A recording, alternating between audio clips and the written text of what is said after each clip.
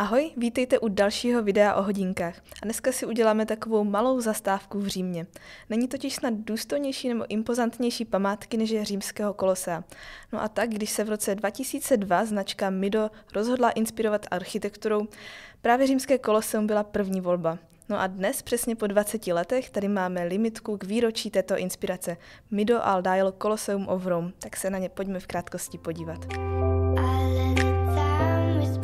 Ačkoliv mohou hodináři čerpat inspiraci z různých, někdy i neočekávaných oblastí, nejčastěji sahají po vlastní historii, po sportu nebo třeba přírodě. Mido však v roce 2002 zvolilo jinou cestu. Inspirovalo se architekturou, které věnovalo celou část své kolekce.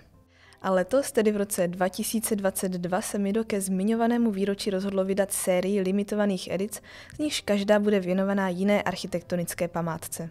Jde o hodinky Al Dial inspirované římským kolosem, Baroncelli inspirované francouzskou Opéra de Rennes, hodinky Ocean Star inspirované majákem Europa Point na Gibraltaru, hodinky Multifort inspirované mostem Harbour Bridge v Sydney a hodinky Commander inspirované Eiffelovkou.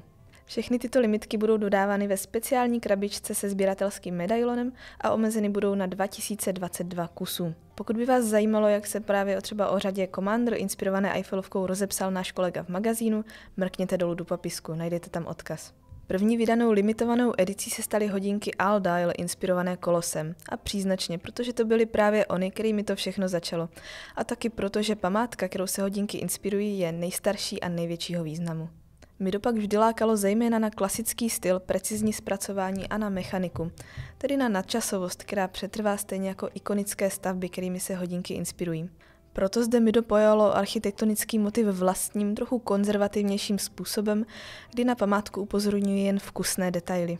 Přesto je při bližším zkoumání designerský záměr rozpoznatelný. Hodinky nabízí jakoby pohled z vrchu na koloseum, kdy vnitřní obruba s plastickým vzorem připomíná tribuny amfiteátru. Pískovaná textura ve středu číselníku pak odkazuje na tisíce let staré kameny. No a indexy připomínají charakteristické arkády kolosea. No a když hodinky pootočíte, na dýnku najdete krásnou detailní rytinu římského kolosea. Mido zde propracovalo snad každý drobný detail a pozornosti se netěšil jen číselník a dýnko, ale taky ocelový náramek. Ten má netypické uchycení a taky výrazné geometrické schéma a tvoří jej podlouhlé broušené články, které k sobě přiléhají jako jednotlivá podlaží kolosea. No a jak jsou hodinky postavené? No popravdě, co z fotek nikdy nevyčtete, je, jak pořádně ty hodinky působí.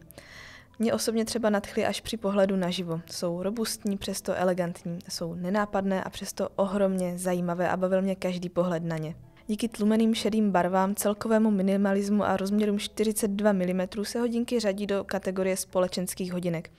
No ale právě díky té jednoduchosti si je můžete vzít třeba jak k obleku, tak i k džínům nebo svetru.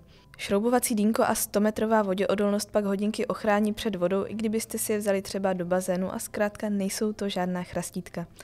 Sklíčko je pak safírové, u kterého byste se neměli obávat případných vlásečnic a škrábanců.